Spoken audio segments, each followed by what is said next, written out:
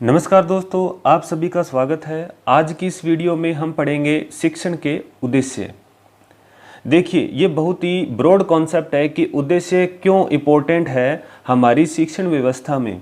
लेकिन जब हम गणित शिक्षण की बात करते हैं तो ये बहुत ही ज़्यादा महत्वपूर्ण हो जाता है, क्योंकि कई चीज़ें हम ऑब्जर्व करके भी सीख सकते हैं। लेकिन गणित एक ऐसा तार्किक विषय है, एक ऐसी भाषा है जिसके लिए शिक्षण के उद्देश्यों को समझना बहुत ही ज़्यादा जरूरी हो जाता है। तो देखते हैं शिक्षण के उद्देश्य। तो ब्लूम के अनुसार शिक्षण या अनुदेशात्मक उद्देश्यों को 3 भागों में विभाजित किया गया है, जिसे 3H भी कहा जाता है। अर्थात 3H का कॉन्सेप्ट देने वाला मनोवैज्ञानिक कौन था? ब्लूम था, जिसमें से एक H होता है हेड। पहला H क्या हो गया? हेड। हेड होता है मस्तिष्क, बालक का मस्तिष्क, जिसका संबंध होता है ज्ञान से। तो क्या बना? ज्ञानात्मक। ज्ञान कहां से प्राप्त करेगा? मस्तिष्क से। दूसरा H होता है हार्ट। हार्ट होता है दिल, और मनुष्य के भाव कहां से आते हैं? दिल से। तो ये बना दिल से, यानी मनुष्य के भाव कहां से प्राप्त हुए? दिल से। तो ये बना भावात्मक। और तीसरा H होता है हैंड, यानी हाथ, और हाथ से अपने लगभग क्या करते हैं? क्रिया करते हैं दैनिक जीवन में। तो ये बना क्रियात्मक। ओके, तो बालक के व्यवहार में परिवर्तन और विकास व्यक्ति के इन्हीं 3 व्यक्तित्व के इन्हीं 3 पक्षों से प्राप्त होता है। क्या? ज्ञानात्मक, भावात्मक और क्रियात्मक। ये है शिक्षण के उद्देश्य, जिसमें से पहला हम पढ़ेंगे ज्ञानात्मक उद्देश्य। और यहाँ से एक क्वेश्चन जरूर हर बार पूछा जाता है कि ज्ञानात्मक उद्देश्य को इनडायरेक्टली क्वेश्चन किस तरह से पूछा जाता है। तो देखते हैं कि ज्ञानात्मक उद्देश्य मनुष्य के बौद्धिक क्षमता के विकास से संबंधित होता है। इस क्षेत्र के उद्देश्यों को 6 आगे भागों में बांटा गया है, जिसे हम सरल से जटिल के क्रम में पढ़ेंगे। यानी सरल से जटिल के क्रम में क्या किया गया है? व्यवस्थित किया गया है। तो यहाँ 6 घटक होते हैं। प्रश्न ये पूछा जाता है कि ज्ञानात्मक उद्देश्य के निम्न में से कौन सा घटक है या कौन सा घटक नहीं है। तो पहले उनको हम क्रम वाइज नाम याद रखेंगे और फिर उनकी अच्छी तरह से डिटेल में चर्चा करेंगे। तो सबसे पहले देखिए, ज्ञानात्मक उद्देश्य में जो 6 घटक होते हैं वो कौन कौन से होते हैं। तो अगर हम बात करें तो एक होता है ज्ञान। पहला आएगा क्या? ज्ञान। ज्ञान क्या होता है? मनुष्य का ज्ञान कहाँ से प्राप्त होता है? मनुष्य सबसे पहले ज्ञान प्राप्त करता है मस्तिष्क से। फिर 2 नंबर पढ़ेंगे अवबोध। अवबोध, जो उसने ज्ञान प्राप्त किया है, जो उसने सीखा है, उसका अवबोध करेगा। फिर 3 नंबर पढ़ेंगे अपने प्रयोग। सीखे गए ज्ञान का क्या करेगा? वो प्रयोग करेगा।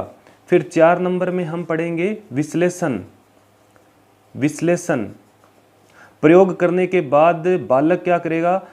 प्रयोग करने के बाद सीखे गए ज्ञान को अलग अलग घटकों में क्या करेगा? विभाजित करेगा। फिर हम पढ़ेंगे संश्लेषण। संश्लेषण, फिर उन घटकों को क्या करेगा? इकट्ठा करेगा। और 6 नंबर पढ़ेंगे अपने मूल्यांकन। लास्ट में क्या करेगा बालक? सीखे गए ज्ञान का, उन घटकों का, उनके प्रयोग का, सभी का क्या करेगा? मूल्यांकन करेगा अपने ज्ञान का। तो ये ज्ञानात्मक पक्ष के उद्देश्य जो है उनके 6 भाग है: ज्ञान, अवबोध, प्रयोग, विश्लेषण, संश्लेषण और मूल्यांकन। सरल से जटिल की ओर इनको पढ़ेंगे। तो सबसे पहले बात करते हैं अपने ज्ञान की। तो ज्ञान देखिए, नॉलेज, छात्र गणित के तथ्यों, शब्दों, सूत्रों, सिद्धांतों, संकल्पनाओं, संकेत, आकृतियों तथा विधियों का ज्ञान प्राप्त करते हैं। तो जो छात्र है वो कक्षा में जाएगा तो शिक्षक क्या करेगा? शिक्षक उन्हें हर सब्जेक्ट के बारे में, जैसे गणित का है तो वो गणित के शब्दों का ज्ञान करवाएगा, हिंदी है तो हिंदी के शब्दों का ज्ञान करवाएगा, अगर विज्ञान का अध्यापक है तो विज्ञान के शब्दों का ज्ञान करवाएगा। यहाँ हम कर रहे हैं गणित के बारे में। तो गणित के बारे में क्या करेगा शिक्षक? तथ्य, शब्द, उनके सूत्र, सिद्धांत, उनकी संकल्पनाएं क्या होती है, संकेत जैसे प्लस, माइनस, इंटू, भाग, लंबवत, और अपने कह सकते हैं त्रिभुज का जो निशान होता है वो कैसा होता है, आकृति, आकृति जैसे त्रिभुज है, वृत्त है, चतुर्भुज है आदि, इनके बारे में क्या करेगा? ज्ञान प्राप्त करेगा कौन? बालक। किसके द्वारा? शिक्षक के द्वारा। ज्ञानात्मक शिक्षण का दूसरा बिंदु है अवबोध, अर्थात बालक द्वारा कक्ष में प्राप्त किए गए ज्ञान को समझना। जैसे गणित में संकेत है, संख्याएं हैं, नियम है, गणित की परिभाषाएं हैं आदि में अंतर करना और उनमें तुलना करना, या फिर तथ्यों तथा आकृतियों का वर्गीकरण करना सीखते हैं। अगर इसे सरल भाषा में समझा जाए तो बालकों ने जो चीज़ पढ़ ली है या उनके नॉलेज में जो चीज़ आ गई है, बालक उसे समझने का प्रयास करेगा। उसके बाद ही वो दो भिन्न भिन्न संख्याओं में या दो अलग अलग संकेतों में या दो अलग अलग नियमों में अंतर कर पाएंगे, उन सभी के बीच में तुलना कर पाएंगे, तथ्यों को, आकृतियों को आदि को आगे वर्गीकरण कर पाएंगे, या कौन सी संख्या कहाँ रखनी है, कहाँ आएगी, इस बारे में अवबोध के माध्यम से बच्चे सीख पाएंगे। मान लीजिए कि एक अंग्रेजी का 6 है, एक हिंदी का 6 है और एक रोमन संख्या का 6 है। ये अंग्रेजी का 6 हो गया, ये हिंदी का 6 हो गया और ये रोमन संख्या का 6 हो गया। तो वे कब पहचान पाएंगी कि ये अंग्रेजी का 6 है, ये हिंदी का 6 है और भैया ये रोमन संख्या का 6 है? जब उनको गणित का अवबोध होगा तभी वो समझ पाएंगे कि ये अंग्रेजी का 6 है, ये हिंदी का 6 है और ये रोमन संख्या का 6 है, लेकिन तीनों का अर्थ एक ही है। कितना? 6। तो ये कहाँ रखा जाएगा? अवबोध में। तो ये था अवबोध। ज्ञानात्मक शिक्षण का तीसरा बिंदु है अनुप्रयोग। यह स्तर अमूर्त या भावात्मक ज्ञान को मूर्त या व्यवहारिक रूप में लाए जाने से संबंधित है या रिलेटेड है। इसे आसान भाषा में समझा जाए तो बालक ने जो ज्ञान प्राप्त किया है कक्ष में, उस ज्ञान का प्रयोग करेगा। जो ज्ञान कक्ष में बालक को दिख नहीं रहा था, यानी अप्रत्यक्ष रूप से, अब उसे बालक प्रयोग में लाएगा, अर्थात अमूर्त ज्ञान को मूर्त रूप देगा, यानी मूर्त रूप में प्रयोग करेगा। यह है ज्ञानात्मक शिक्षण का तीसरा बिंदु, अनुप्रयोग। अगला बिंदु है विश्लेषण, एनालिसिस। प्राप्त ज्ञान को घटकों में इस प्रकार से विभाजित करना ताकि उसके अर्थ को उचित ढंग से समझा जा सके, यह है विश्लेषण। अर्थात जो बालक ने ज्ञान प्राप्त कर लिया है, उसे समझ लिया है, प्रयोग में ले लिया है, तो अब वह उसे अलग अलग घटकों में विभाजित करेगा। उदाहरण के तौर पर अगर हम कहें कि कक्षा में हमने वृत्त को पढ़ा दिया है, तो बालक वृत्त की त्रिज्या, व्यास, उसकी छेदन रेखा, उसकी स्पर्श रेखा, त्रिज्याखंड, वृत्तखंड, वृत्त का क्षेत्रफल आदि घटकों को विभाजित करके समझेगा। यह है विश्लेषण, अर्थात घटकों में विभाजित करना, और ताकि उसके अर्थ को उचित ढंग से फिर समझा जाए। तो ज्ञानात्मक शिक्षण का पांचवां बिंदु है अपना संश्लेषण। तो आप पेन कॉपी लेके बैठ जाइए, साथ साथ में इसे नोट कीजिए और देखिए और बातों को लिखिए। तो संश्लेषण, सिंथेसिस। संश्लेषण उस क्षमता की ओर संकेत करता है जिसमें विषय सामग्री के विभिन्न अंगों को नई समग्रता के साथ संयोजित किया जा सके। इसके स्तर पर विद्यार्थी विभिन्न स्रोतों से प्राप्त किए गए विश्लेषण किए गए तत्वों को इकट्ठा करके अपनी सृजनात्मक क्षमताओं का उपयोग करते हुए एक नवीन वस्तु का निर्माण करते हैं। किसमें? ज्ञानात्मक शिक्षण के संश्लेषण बिंदु में। इसमें बालक अपनी सृजनात्मक क्षमता का उपयोग करता है और अपनी बुद्धि का उपयोग करते हुए एक नई वस्तु का क्या करता है? निर्माण करता है। यानी पहले क्या था? विश्लेषण, अलग अलग घटक थे, उनको इकट्ठा करना काम किस में आएगा? संश्लेषण में, और एक नई वस्तु का निर्माण करेगा। और अंतिम बिंदु है ज्ञानात्मक शिक्षण में मूल्यांकन, इवोल्यूशन। अर्थात बालक ने जो ज्ञान प्राप्त किया है, उसका अवबोध किया है, उसका प्रयोग किया है, संश्लेषण किया है, विश्लेषण किया है, इन सभी बातों का वो क्या करेगा? मूल्यांकन करेगा। मूल्यांकन पठन सामग्री की उपयोगिता के परीक्षण करने की क्षमता से संबंधित है। यह परीक्षण निश्चित मापदंडों पर आधारित होना चाहिए। यह ज्ञानात्मक पक्ष का सर्वोच्च स्तर है। इस स्तर पर व्यक्ति विभिन्न विचारों, नियमों, विधियों, सिद्धांतों आदि की आलोचनात्मक व्याख्या कर सकता है। तो ये है मूल्यांकन। तो ज्ञानात्मक शिक्षण के हमने 6 पॉइंट पढ़े। पहला था ज्ञान, फिर था अवबोध, फिर था प्रयोग, फिर था विश्लेषण, फिर था संश्लेषण, और अंतिम बिंदु है मूल्यांकन। शिक्षण के उद्देश्यों में दूसरा उद्देश्य है भावात्मक उद्देश्य। जिसका प्रतिपादन 1964 में क्रथवाल ने किया था। वैसे तो ब्लूम ने 1956 में शिक्षण के उद्देश्य को 3 भागों में वर्गीकरण किया था, लेकिन आगे चलकर भावात्मक उद्देश्य का प्रतिपादन जो है वो क्रथवाल ने 1964 में किया था। आगे इसमें वे उद्देश्य शामिल है जिनका संबंध बालक की रुचि, बालक की अभिवृत्ति, भावनाओं, संवेदनाओं तथा मूल्यों से है, जिसमें 5 भाग पढ़ेंगे अपने। पहला है आग्रहण करना यानी अभिग्रहण करना, अनुक्रिया, तीसरा आंकलन, फिर संयोजित और लास्ट में पढ़ेंगे निरूपण या चारित्रीकरण। तो सबसे पहले है अभिग्रहण करना यानी रिसीव करना। बालक कक्ष में क्या रिसीव कर रहा है, किस बात को रिसीव कर रहा है, यानी सुनने की उसकी इच्छा क्या है, यह कहाँ से आएगा, भावात्मक उद्देश्य से। तो यह भावात्मक पक्ष का प्रथम और निम्न स्तर है। सीखने वाले को उस सामग्री विषय वस्तु को ग्रहण करने के प्रति संवेदनशील बनाना, अर्थात वह सीखने के लिए इच्छुक होना चाहिए। इसका मतलब होता है कि सुनने की इच्छा, यानी शिक्षक क्या करता है, बालकों में सुनने की इच्छा जागृत करता है, ऐसा भाव उत्पन्न करता है कि जो शिक्षक कक्ष में पढ़ा रहा है उसकी बातों को बालक ग्रहण करे। यह कह सकते हैं कि बालक सुनना सीख जाता है। कहाँ, भावात्मक उद्देश्य के आग्रहण बिंदु में। तो ये था आग्रहण करना या अभिग्रहण करना।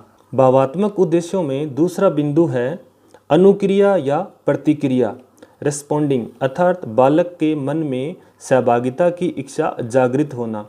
इसमें विद्यार्थी क्रिया पर केवल ध्यान ही नहीं देता बल्कि नवीन ज्ञान के प्रति प्रतिक्रिया भी करता है, जिसका मतलब होता है दूसरों के प्रति सहभागिता की इच्छा। यानी भावात्मक शिक्षण मनुष्य के मन में हमेशा दूसरों के प्रति सहभागिता का भाव उत्पन्न करता है। कौन, भावात्मक उद्देश्य। तीसरा बिंदु रहेगा आंकलन। भावात्मक उद्देश्य का तीसरा बिंदु है आंकलन, वैल्यूइंग।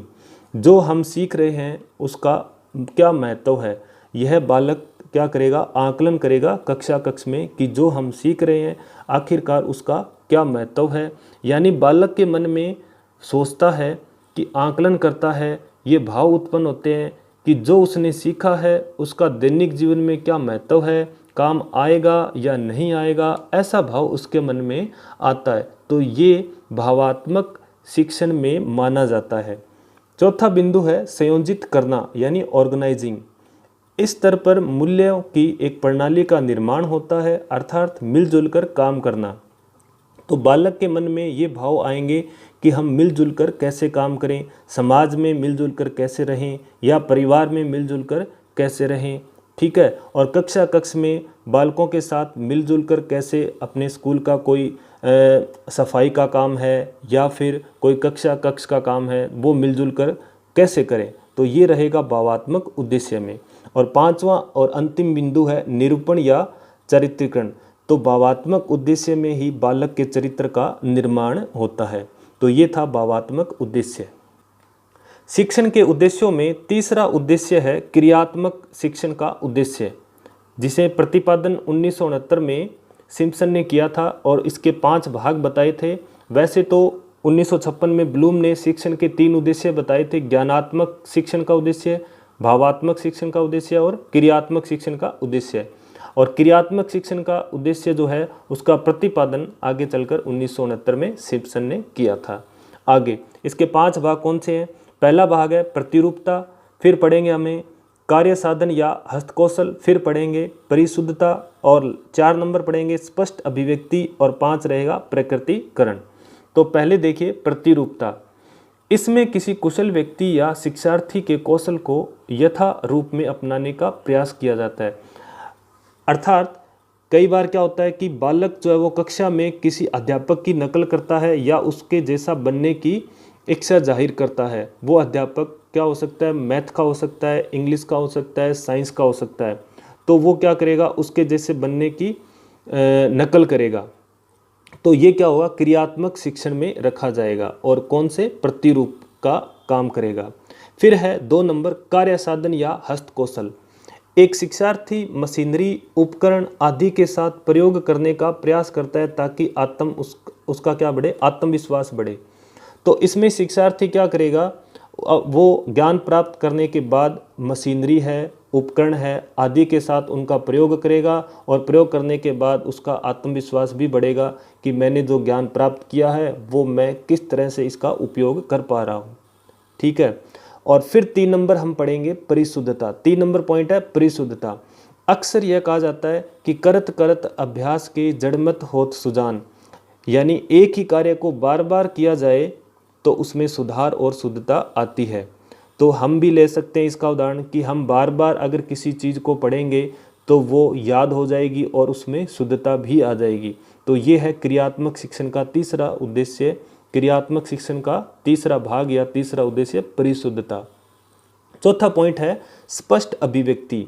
ये भी क्या काम करता है, सतत अभ्यास पर ही काम करता है, अर्थात ये भी सतत अभ्यास पर निर्भर करता है। क्या, स्पष्ट अभिव्यक्ति। अभिव्यक्ति होता है बोलने के विचार, अर्थात हम क्या करते हैं एक शब्द बोलते हैं, बार बार बोलते हैं तो उसमें क्या हो जाती है, शुद्धता आ जाती है। इतनी शुद्धता आ जाती है कि वो कभी भी बोला जाए वो शुद्ध ही बोला जाएगा। पहली बार ऐसा कोई वर्ड जो कठिन है वो पहली बार बोलेंगे तो हमें थोड़ा सा अटपटा लगेगा, लेकिन उसमें अगर बार बार अभ्यास किया जाए, बार बार क्या किया जाए, बोला जाए तो वो क्या होगा, उसका स्पष्ट शुद्ध बोला जाएगा, स्पष्ट अभिव्यक्ति आ जाएगी। यानी ये क्या होगा, एक अभ्यास पर निर्भर करेगा। क्रियात्मक शिक्षण का 5वां और अंतिम बिंदु है प्रकृतिकरण।